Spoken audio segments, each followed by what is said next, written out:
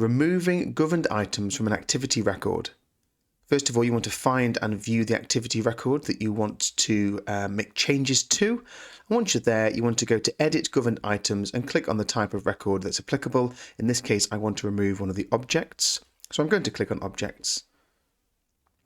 We then go to a search page, and if you click Governed Items, it will open up this menu below, and here you can select the item you want to remove, or if you hold down Control, you can select multiple items like so, and when you're ready you can just hit Remove Selected Items, and they've now been removed from our activity. And we just click I'm done, and then we return to our use of collections, and now note that we only have 3 governed items, whereas before we had 5.